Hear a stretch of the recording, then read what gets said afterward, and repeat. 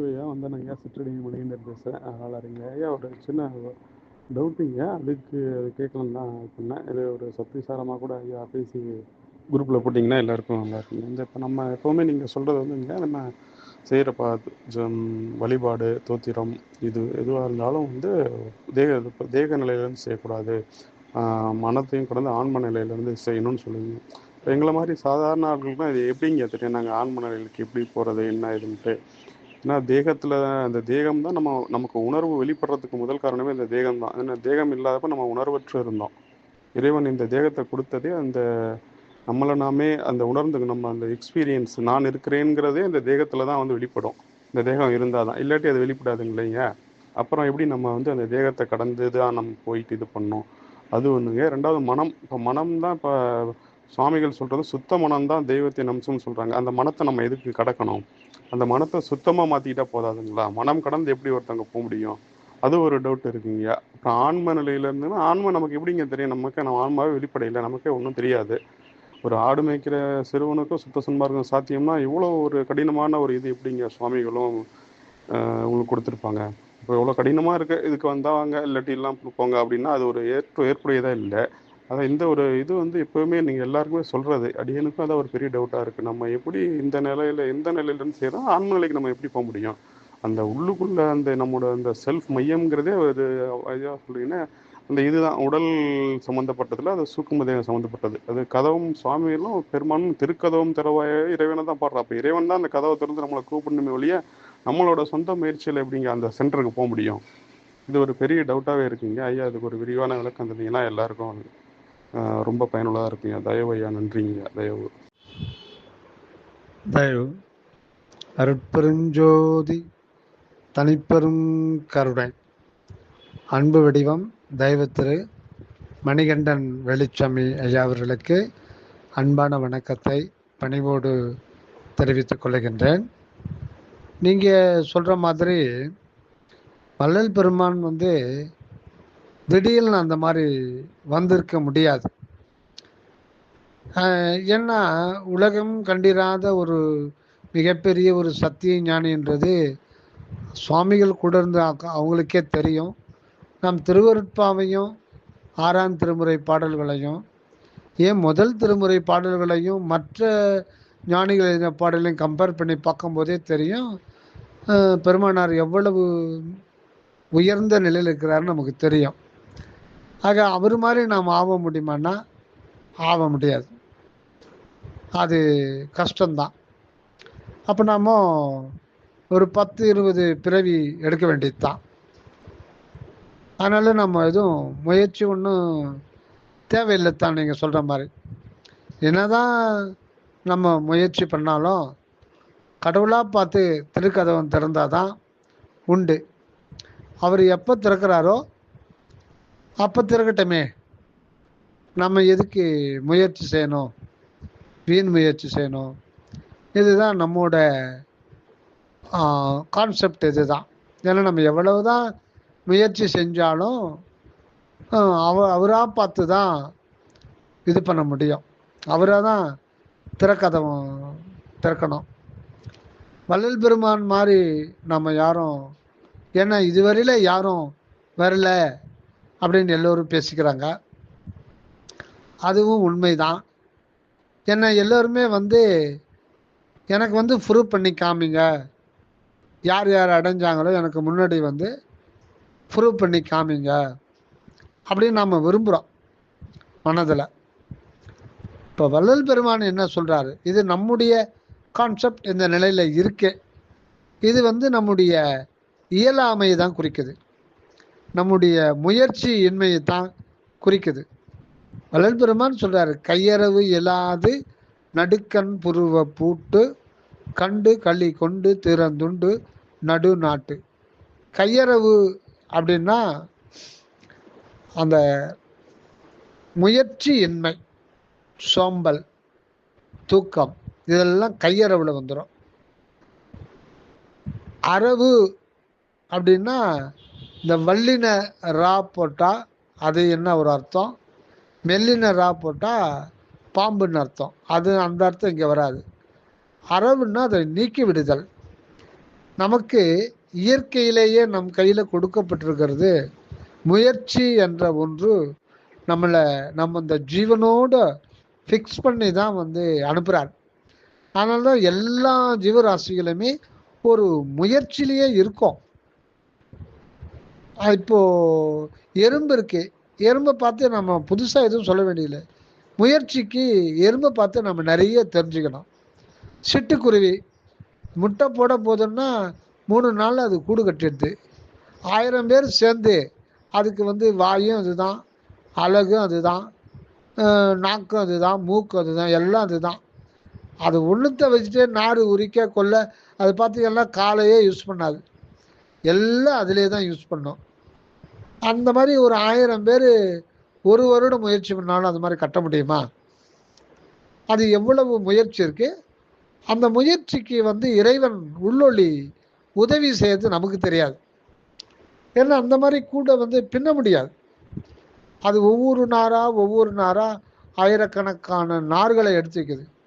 கடைசி ஒரு நார் இருக்கும், நாரை கொண்டு பின்னி எடுத்துரும். இப்போ அது கடைசி வச்ச நாரை நாம் எடுக்க முடியுமா? எடுக்க முடியாது. ஏன்னா அந்த கலை அந்த ஆண்டவர் கொடுத்துருக்கார். கலை அறிவு அளித்து கலிப்பினில் உயிரெல்லாம் அலைவு அறவகுத்த அற்பெரும் ஜோதி அப்படின்னு சொல்றார். ஆக முயற்சியோடு தான் நம்ம வந்திருக்கோம்.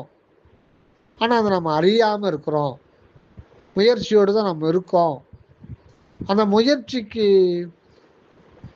ஒரு பகுதி அவா. அந்த அவாவோடு தான் அந்த ஜீவன் இந்த பூமியில் வருவிக்கப்படுது, இந்த தேகத்தில் வருவிக்கப்படுது. அதனால் முயற்சி ஏற்கனவே இருக்கு. அதை தூண்டி விடணும். நீ முயற்சியோடு தான் வந்திருக்க, உன்னுடைய இயல்பே முயற்சி தான். நீ முயற்சி இல்லாமல் இருக்கிறன்னா அது உன்னுடைய தாமச குணம்தான் அப்படின்னு அதை ஞாபகப்படுத்துகிறார். யாரு? இறைவனே ஞாபகப்படுத்துகிறார். யாருக்கு ஞாபகப்படுத்துகிறாரு? நமக்கு தான் ஞாபகப்படுத்துகிறார். வள்ளலார் மூலம் வள்ளலாராகவே இருந்து அனகமாக வெளிப்பட்டு அவரே சொல்றார், அருள் உற முயலுக, அருள் உற முயலுக, அருள் பெற முயலுக அப்படின்றார். ஏன்? அந்த அருள் தான் நம்முடைய உண்மை. நம்ம மறுத்தாலும் மறந்தாலும் அதை நினைச்சாலும் நினைக்காவிட்டாலும் தூங்கினாலும் விழித்திருந்தாலும் உண்மையிலே நாம் அந்த அருள் வடிவினனாகத்தான் இருக்கிறோம், அருட்ஜோதி வடிவினனாகத்தான் இருக்கிறோம் என்ற உண்மையை ஆண்டவர் அவர் மார்க்கமாக இப்ப சொல்லுகின்றார். தன்னை பற்றி தனக்கே சொல்லுகிறார். இந்த ஒரு இதெல்லாம் முன்பு வெளிப்படவில்லை. ஆனால்தான் சாலைக்கு ஆண்டவர் போகிற 10 தினங்களாகிய கொஞ்ச காலம் நீங்கள் நல்ல விசாரணையில் இருந்து வாருங்கள். இந்த விசாரம் என்கின்ற அதி உஷ்ணத்தினால் அன்றி வேறு எந்த ஒரு உஷ்ணத்தினாலும் இந்த மாயாத்திரையை நீக்க முடியாது. உண்மையிலே நமக்கும் இறைவனுக்கும் இயற்கையில எந்த மறைப்பும் கிடையாது. இது ஒரு காரணத்துக்காகத்தான் ஆண்டவர் அந்த மாய மறைப்பை வச்சிருக்கார். ஏன்னா அந்த ஜீவனா இருக்கிறதே அகண்ட வெளியில் இருக்கிற ஆண்டவரே இங்க தன்னை ஒரு ஜீவனா இது பண்ணியிருக்கிறார். ஆக ஜீவனுடைய முழு வண்ணமே எதுன்னு பார்த்தோம்னா அது அகண்ட வெளிமுற்று இருக்கிற அன்பு சத்துவம் தான் அப்படியே தன்னை எங்க ஜீவனா வச்சிருக்கார். அது முயற்சியோடு அவர் இருக்கார். அதை தூண்டி விடுறதுக்காகத்தான் நமக்கு அகவல்ல அருள் உற முயலுக, அருள் பெற முயலுக அப்படின்றார். ஏன்னா அந்த ஜீவனா இருக்கிறதும் அவர் தான், அவர் முயற்சியில் தான் இருக்கிறாரு அப்படின்றது கூட நாம் அறியாமல் இருக்கோம். ஆக புறத்திலிருந்து நாம் பார்க்கும் பொழுது வள்ளல் பெருமான் அடைஞ்சாரு, அந்த நிலையை நாம் அடைய முடியாதுன்னு நம்முடைய இயலாமையை நியாயப்படுத்தி கொள்கின்றோம், வேற ஒன்றும் இல்லை. ஆக நான் இருந்தபடியே இருக்கிறேன், நம்மை நாமே சமாதானப்படுத்திக்கிறோம். மேலே வர்றதுக்கு என்னால் முடியாது அப்படின்னு சொல்லிட்டு நம்ம இது பண்ணுறோம். இன்னொன்று, நாம் தேக உணர்வினாக தான் இருக்கிறோம். அப்படியே வச்சுங்க. இந்த உணர்வை எப்படி நீக்குவதுன்னா, எப்படியும் நீக்க முடியாது. ஏன்னா நம்ம பல கோடி பிறவிகளில் அந்த புறநிலையில் தான் வைக்கப்பட்டிருக்கோம். இப்போ அந்த திரை வந்து திரையே நீ நீங்குகன்னா நீங்கிடும். அப்போ நம்ம தேகம்தான் நான் அப்படின்னு இருக்கிறோமே ஒழிய, இந்த தேகத்துல வந்து எத்தனை எத்தனை உள் உறுப்புகள் இருக்கு, அதை பத்தி நமக்கு தெரியுமா? எதுவுமே தெரியாத மேல வர பேக்கிங், இந்த தோல் பையை வச்சு மூடி இருக்கு, அவ்வளவுதான். இதுக்குள்ள என்னென்ன இருக்குது அப்படின்றது நமக்கு என்ன தெரியும்? மலம் வெளியில வருது, ஓஹோ மலம் உள்ளதான் இருக்கு, அப்ப அது ஒரு பை இருக்கு. யூரின் வருது, அது யூரோ பேகு உள்ள இருக்கு. மிச்சம்லாம் நம்ம கேட்டு தெரிஞ்சுக்கிறோம், கேள்விப்பட்டு தெரிஞ்சுக்கிறோம், படித்து தெரிஞ்சுக்கிறோம். சிறுமூளை, பெருமூளை, முகுலம், இதெல்லாம் நம்ம என்ன தெரியும்? ஒன்றும் தெரியாது. கேட்டு தெரிஞ்சுக்கிறோம், படித்து தெரிஞ்சுக்கிறோம், படத்தை பார்த்து தெரிஞ்சுக்கிறோம். விஞ்ஞான ஆராய்ச்சியாளர்கள் இதுக்கு நமக்கு உதவி செய்கிறாங்க. பெருமூளை இருக்கு, சிறுமூளை இருக்கு, முகுலம் இருக்கு. இதெல்லாம் வந்து சித்தர்கள் நோய்கள் சொல்லியிருக்காங்க. அடுத்தது அந்த நோய்க்கான மருந்து சொல்லியிருக்காங்க. இவ்வளவு உடல் உறுப்புகள் இருக்குது அப்படின்றது வந்து இவ்வளவு டீட்டெயிலாகவும் சொன்னாங்கன்னா இல்லை. வாத பித்த சிலேத்துமோ அதில் வந்து ரத்தம் கெட்டு போச்சு, அந்த மாதிரி தான் சொல்லுவாங்களே தவிர, இப்போ ரத்தத்தில் என்ன பிரச்சனை, ஆயிரக்கணக்கான பிரச்சனைகள்லாம் கோடிட்டு விஞ்ஞானம் காமிக்குது. ஆக விஞ்ஞானம் என்பது அந்த மெய்ஞானத்துக்கு அணுவளவு கூட எதிரானது அல்ல. ஆக விஞ்ஞானம் நமக்கு பெரிதும் துணை புரியுது.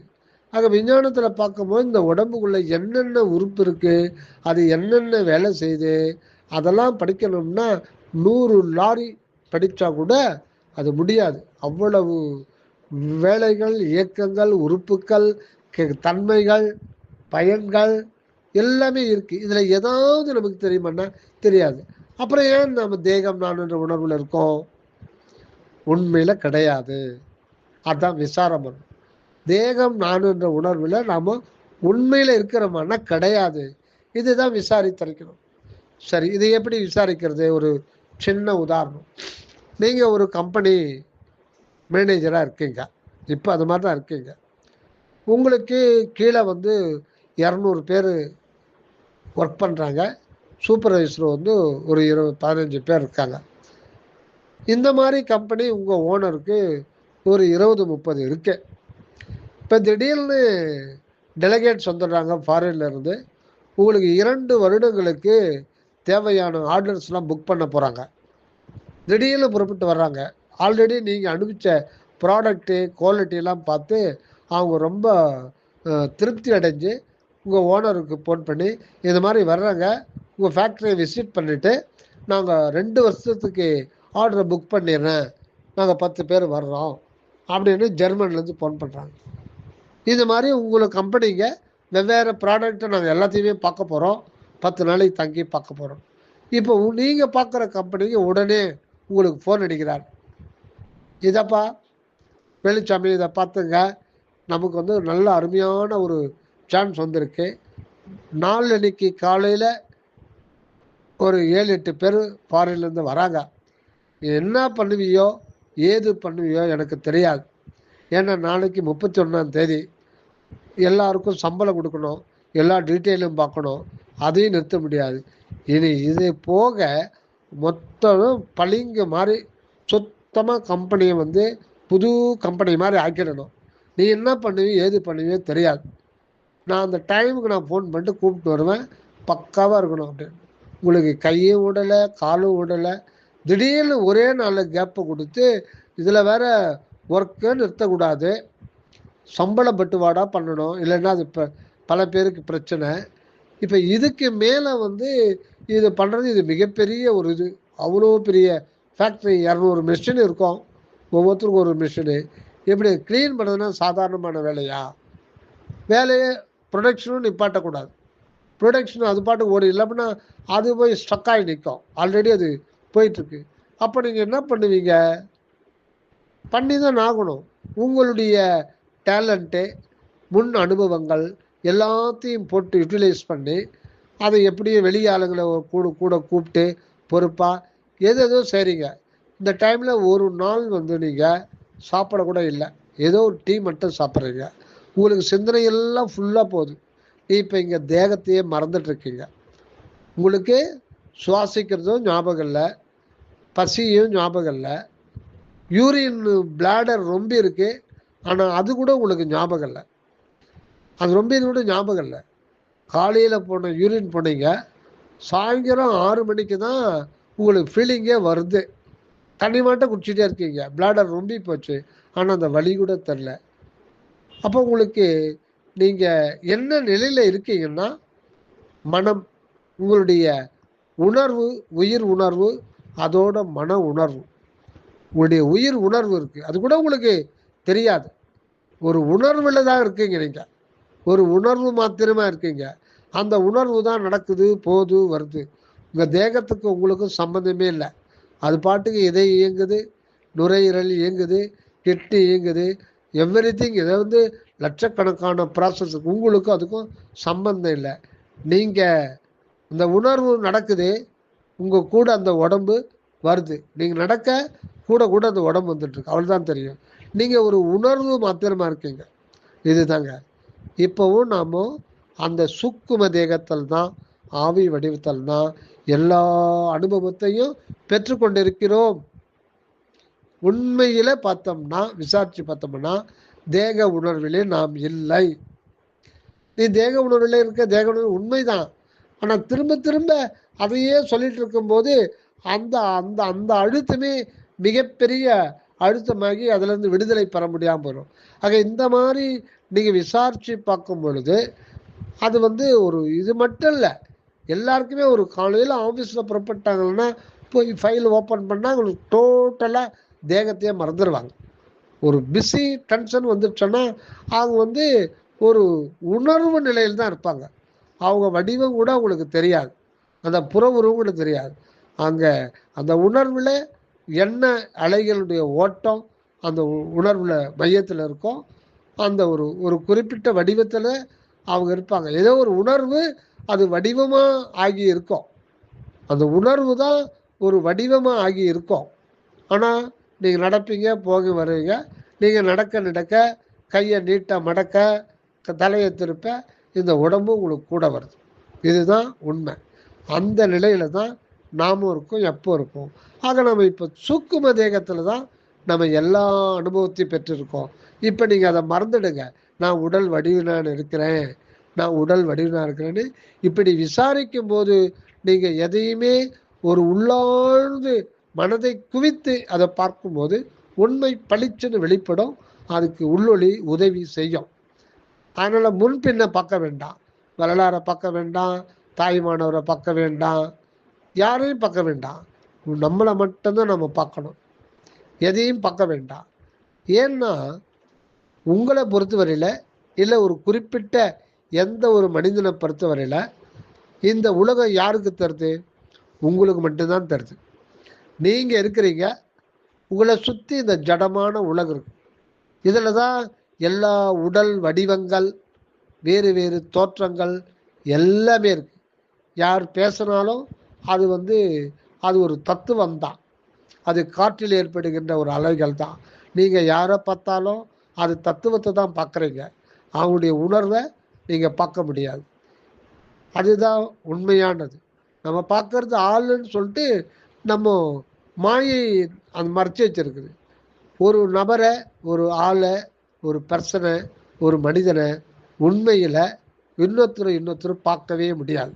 நம்ம பார்க்கறதுலாம் அவங்க அந்த மேல் கவசம் என்கின்ற அந்த தோல் ஆடை, இந்த வேயபிள் சப்ஸ்டன்ஸை பார்த்து அதுதான் ஆன்மான்னு முடிவு பண்ணுறோம்.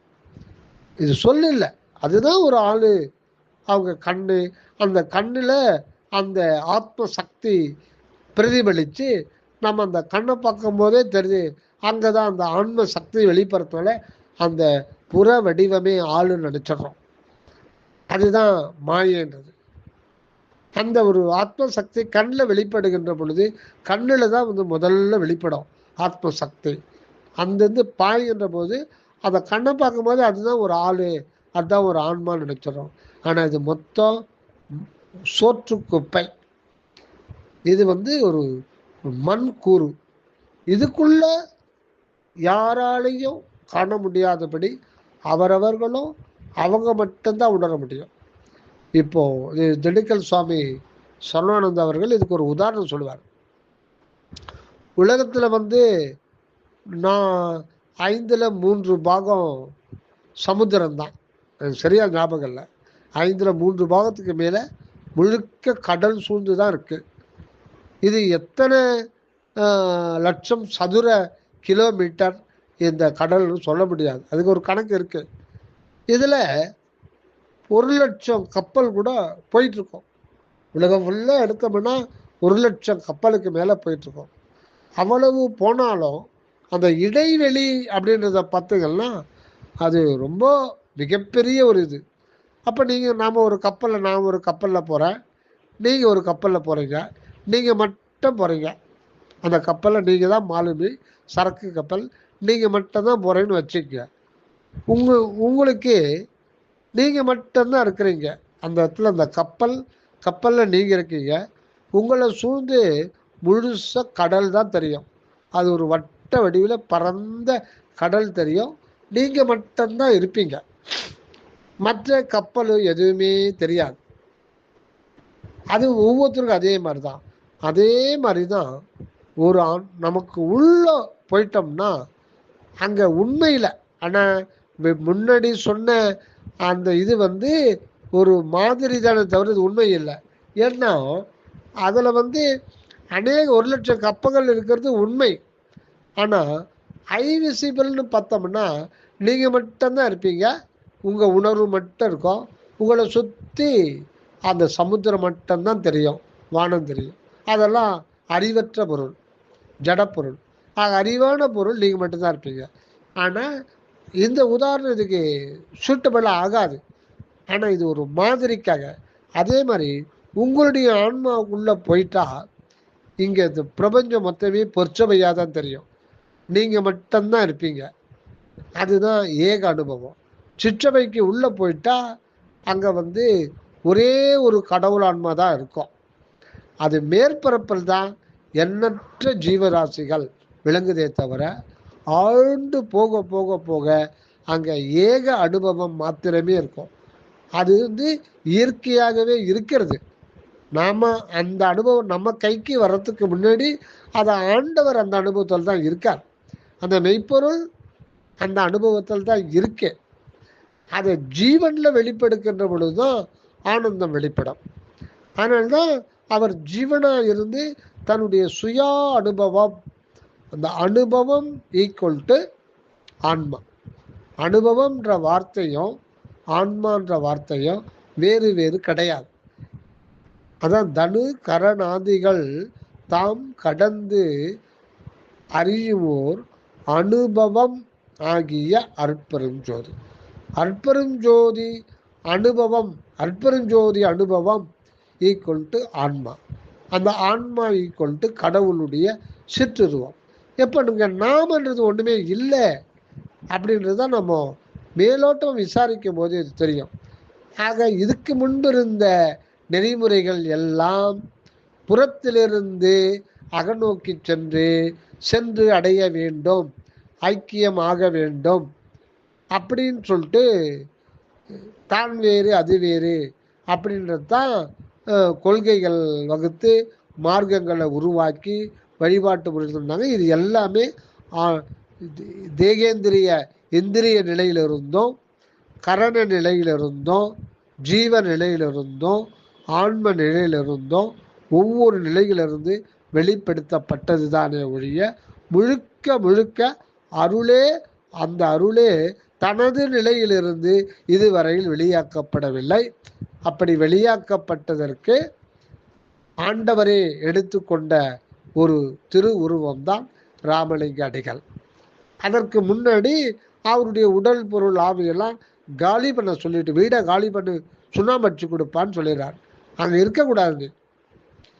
அப்புறம்தான் அவர் அவருடைய உடல் பொருள் ஆவியில் அந்த ஆண்டவரை பிரவேசித்து முற்றும் தன்னதாக்கி தானே இருந்து இருக்கின்றார். அதுக்கு முன்பும் அவரே தான். இப்போ திரையை மட்டும்தான் விளக்குகின்ற பொழுது இவ்வளவு நமக்கு புறத்தில் இப்படி சொல்ல வேண்டியிருக்கு. அதனால் இங்கே வரலாறு அப்படி ஆயிட்டார் இப்படி ஆயிட்டா உங்க புறத்தில் பார்க்கவே கூடாது. இப்போது நீங்கள் மட்டும்தான் இருக்கீங்க. நீங்கள் அதை அடைஞ்சே ஆகணும். அடையில வரையில் நமக்கு உள்ளோ நாம இருக்கிற ஆண்டவர் விடமாட்டார். அவர் துரத்துக்கிட்டே இருப்பார். மீண்டும் மீண்டும் பிறவி துன்பங்களை தந்துக்கிட்டே இருப்பார். இதுக்கு நாம் ஓகேன்னா அவரும் ஓகே, ஏன்னா அவரும் ஜீவனாக இருக்கார். அப்போது இதெல்லாம் விசாரித்து பார்க்கும்போது நம்ம முயற்சி எடுத்தே தீரணும். அப்படி முயற்சி எடுக்கிறாத பட்சத்தில் ஓரளவுக்கு பக்கமும் அதிகம் அபக்கம் இருக்கும்போது தான் ஆண்டவர் முயற்சி இல்லாமல் இருக்கும்போது தான் சூழ்நிலைகள்லாம் மாறுபாடான சூழ்நிலைகள், வேண்டாத சூழ்நிலைகள், நோய் நொடிகள், பல துன்ப இதையும் கொடுப்பார். மற்றவங்களுக்கு கொடுக்குறது அது வேற, அது செய்த கர்மாவுக்கான பலன். ஆனால் அன்பர்களுக்கு இந்த மாதிரி சோதனை வருதுன்னா இதோட இது வேற. அவங்கள திருத்தி உள்நிலை வர வைக்கணும் அப்படின்றதுக்காக தான். அதெல்லாம் முடியாது, வரலாறு அதுக்குன்னே பிறந்தாரு, அவரால் தான் அடைய முடியும். இது நம்முடைய கான்செப்ட். ஆனால் ஆண்டவர் தனது அருள் உண்மையை ஓங்கார உண்மையாய் வெளிப்படுத்தி கொண்டு தானே இந்த நித்தியானந்த மனிதனிலே வாழ வர வேண்டும். அவருடைய இலக்கு நிறைவேற்றத்துக்காக ஒவ்வொரு வினாடியும் அவர் காத்திருக்கிறார். நம்ம சம்மதிக்கணும் என்பதற்காக காத்திருக்கிறார். சம்மதிக்கணும்னா நாம் ஒதுங்கி நிற்க வேண்டும். நான் இல்லை என்று ஓட வேண்டும். இது விசாரத்தினால் மட்டுமே முடியும். அதிதீவிர விசாரத்தினாலே முடியும்.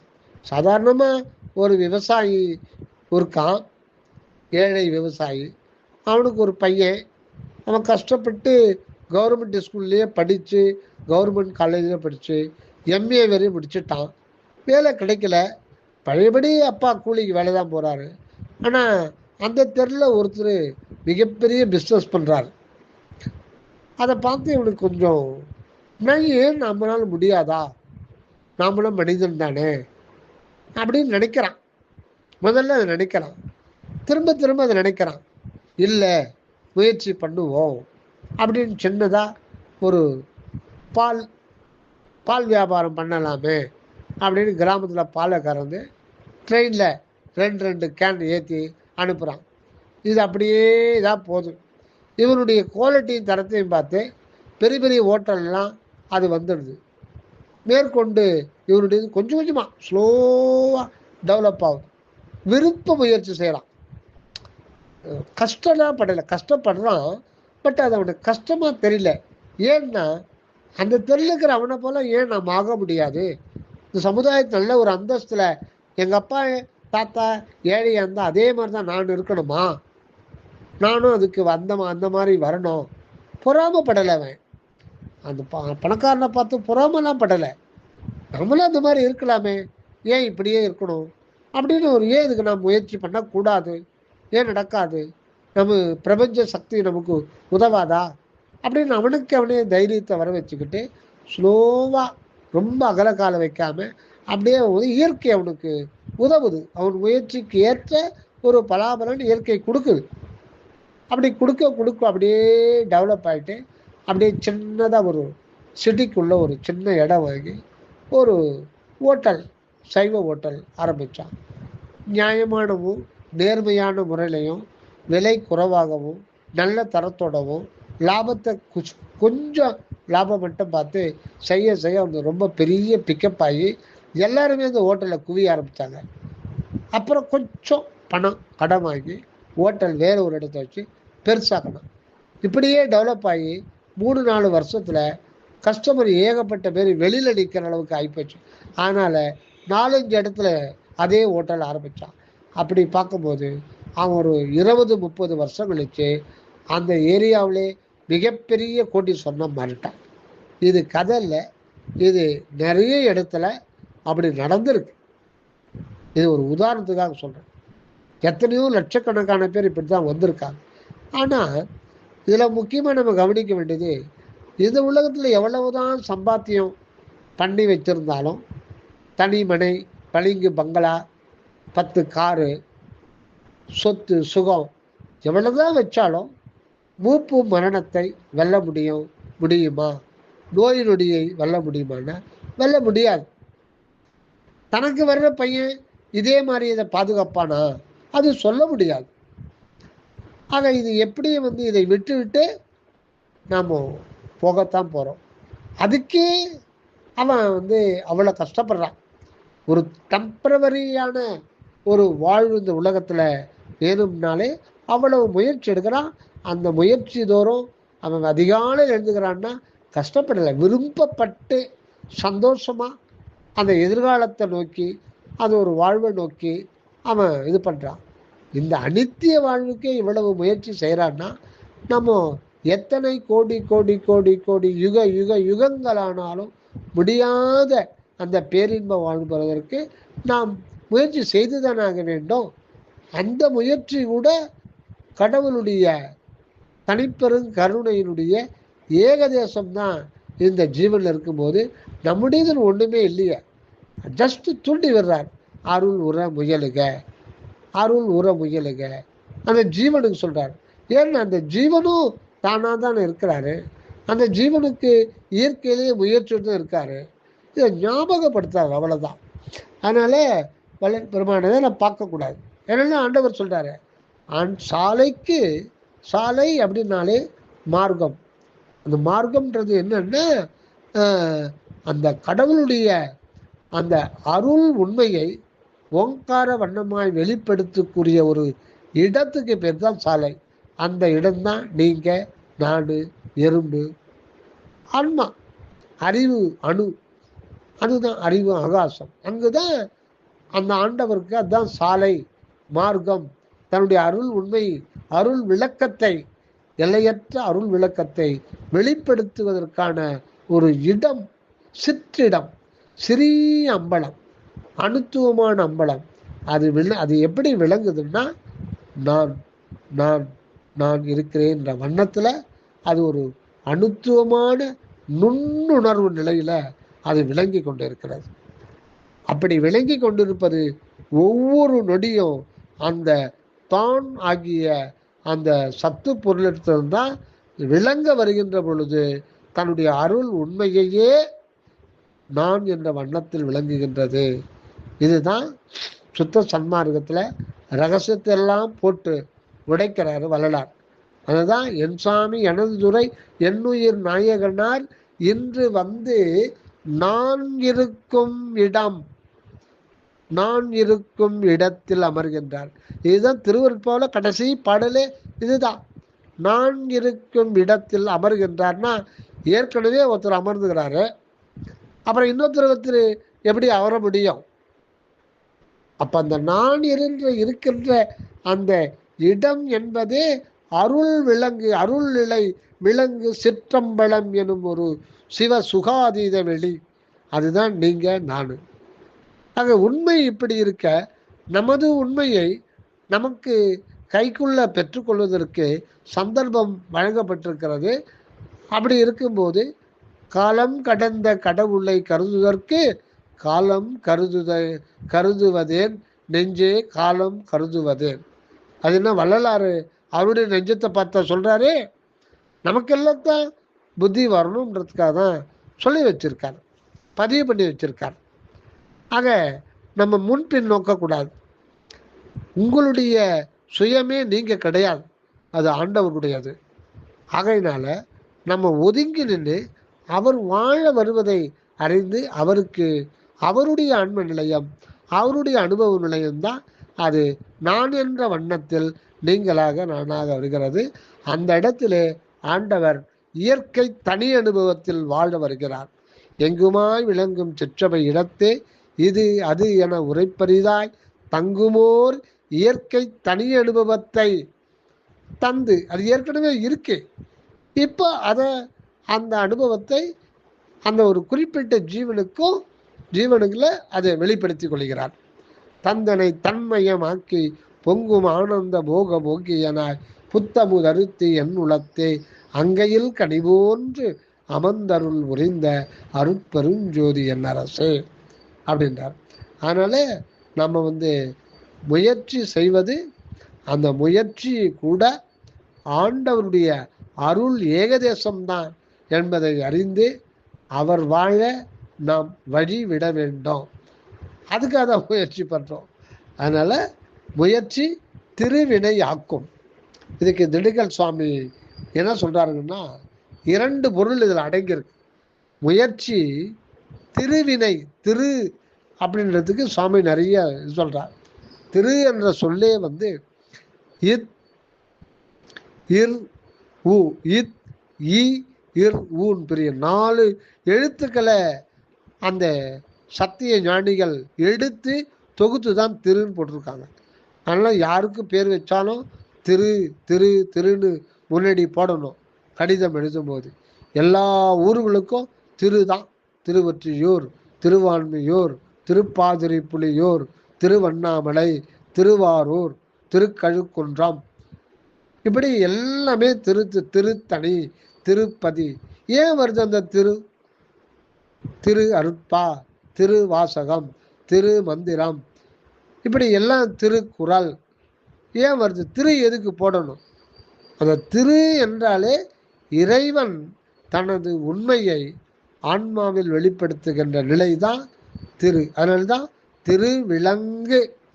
திருவிளங்க சிவயோக சித்தி எல்லாம் விளங்குன்னு பாடுறார். அப்புறம் திரு நிலைத்து நல்ல அருளோடும் அன்போடும் செழித்தோங்க அப்படின்னு பாடுறார். ஆக திருவருட்பா, திரு அருட்பிரகாச வள்ளலார், அது சுவாமிகளுடைய முதல் பாடலே திருவோங்கு. எங்க ஓங்குது திரு? அந்த திருவோங்குன்றதே நீங்க, நான், ஆடு, மாடு, எறும்பு எல்லாம் இருந்தது. ஆண்டவர் தனது உண்மையை திரு ஆக ஓங்க வைக்கின்ற இடம்தான் ஆன்ம நிலையம். அதுதான் நான் என்ற வண்ணத்தில் விளங்குகிறது. இங்க இத்து என்பதுதான் அகண்ட ஆகாச வெளியில் நிறைந்து உள்ள அந்த சத்து பொருள். ஈ என்பது அதுவே இங்கு அருட்பிரணவ உயிராக ஈ என்பது இப்போ ஓம்ன்றது ஓங்கார பிரணவம்னு சொல்லுவாங்க. ஈ என்பது அருட்பிரணவம். அது ஒன்னே தான். அது ஒரே ஒரு எழுத்துல அருட்பிரணவமாக 3வது எழுத்து தான் ஈ. அந்த அருட்பிரணவ உயிர் அதுதான் ஆன்மா. அவரே இங்க அருட்பிரணவ உயிர் என்கின்ற ஆன்மாவாக விளங்கி கொண்டு இரு என்கின்ற துவாதசாந்த பதியிலே இருந்து கொண்டு ஊ என்கின்ற உகர ஐஞ்சக்தி ஐந்தொழில் புரிந்து இந்த பிரபஞ்சமாக விரிந்து விளங்குகின்றார். இதுதான் இயற்கை தனி அனுபவம். அதுதான் திருவோங்கு. அதனால ஆண்டவர் சாலைக்கு இப்போது சாலைக்கு ஆண்டவர் போகிற, இப்ப நாம போல, இது ஆண்டவருடைய மார்க்கம், இது கடவுளுடைய பாதை. ஆக இதுல நம்ம செய்ய வேண்டியது விசாரம் மட்டும். விசாரம்ன்றது அகமுக விசாரம். 4 பேர் உட்காந்து பேசிட்டு இருக்குதில்ல. இப்ப நாம பேசிக்கிறதுலாம் கூட இது ஒரு நுழைவு வாயில் தானே ஒழிய இது அல்ல விசாரணம். இது மனம் கடந்த நிலையில போறது தான். மனம் கடந்த எண்ணங்களே நம்ம தேகத்தை உடலோடு ஒட்டும் போது எண்ணங்கள் வந்துடும். எண்ணங்கள் இல்லாத நிலையில சகல காரியம் கூட செய்ய முடியும் அப்படின்னு மனோ சக்திக்கு ஆற்றல் உண்டு. அதை எல்லா உயிரினங்களும் மனதில் எண்ணங்கள் ஏற்படாமலே சூழ்நிலையை புரிந்து கொண்டு சகல இதையும் பாதுகாப்பையும் அது தேடிக்குது. ஆனால் எண்ணங்கள் ஏற்படலை. மனிதன் மட்டும்தான் எது ஒன்றுத்துக்கும் எண்ணி எண்ணி பார்க்குறான். அதனால் இது இப்படியோ அப்படி ஆயிடுமா, ஐயோ முடியாது அப்படின்னா முடியாது தான். அது முடியாது தான். ஒரு சின்ன உதாரணம். ஒருத்தன் ஒரு ஊருக்கு போகிறான். போகும்போது நல்ல வெயில், சித்திரை மாதம் வெயில். நடந்து தான் போனோம் அந்த காலத்தில். நல்ல வெயிலில் காலில் வேறு செருப்பு இல்லை. ரொம்ப தொலைவு நடந்ததுனால தாகம், பசி, வெயில், வேர்வை, தலை கொதிக்குது, கால் சுடுது. எங்கான ஒரு நிழல் இருக்குமான்னு பார்த்தான். தொலைவா பார்த்தா ஒரு ஃபர்லாங் தொலை ஒரு மரம், ஆலமரம். அங்கே போய் உட்கார்றான். உட்கார்ந்த உடனே அப்பாடா சில்லுன்னு இருக்கு. தண்ணி இருக்குமான்னு பார்த்தா பக்கத்தில் ஒரு தீஞ்சுவை நீரோடை, தெல்லிய நீரோடை. அந்த குடிக்கிறான், அவ்வளவு டேஸ்டாக இருக்கும். சாதாரண தண்ணி தான், அவ்வளவு இனிமையான டேஸ்டாக இருக்கும். ஒரு மடக்குன்னு குடிச்சிட்டான்.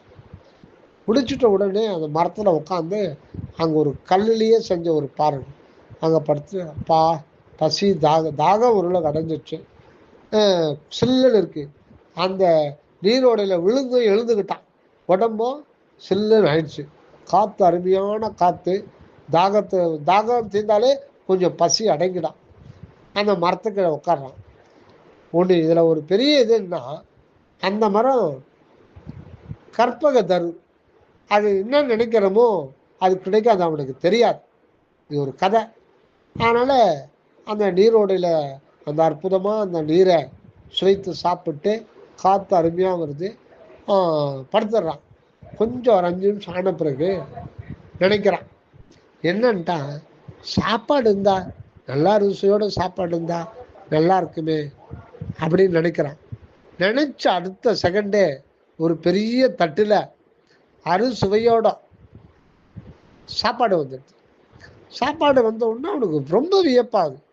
அவனுக்கு அது கற்பக தருன்னு தெரியல. அது சாப்பிட்றான்.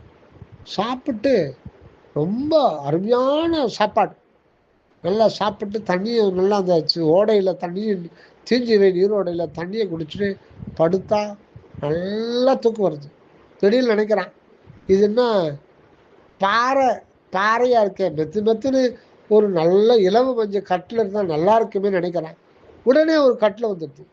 ஆச்சரியம் அதில் படுத்துடுறான். படுத்துட்டு ரொம்ப சுகமாக இருக்கும், நல்லா தூக்கம் வருது. அப்போ நினைக்கிறான், எல்லாம் இதாகி போச்சு, இங்கே ஒரு அழகான பொண்ணு தான் கட்டில் பக்கத்தில் பத்து நினைக்கிறான். உடனே தேவதை மாதிரி ஒரு பொண்ணு அழகாக வந்து நிற்குது. பார்த்த உடனே அந்த அழகை பார்த்தா எல்லாம் மயங்கிடுறான். திடீர்னு ஒரு டவுட்டு. இந்த டவுட்டு தானே மனிதனுக்கு மிகப்பெரிய ஒரு குளறுபடியே டவுட்டு தான். மனிதனை அழிக்கிறதே டவுட்டு. இந்த டவுட்டு தான் சோம்பலையை கொடுத்துரும். இவ்வளோ அழகாக இருக்குது, கேட்டேன்னு நினச்ச உடனே வந்துடுது. ஒருவேளை இது பூதமாக இருக்குமோ நினச்சான். அது பூதமாகவே மாறிடுச்சு.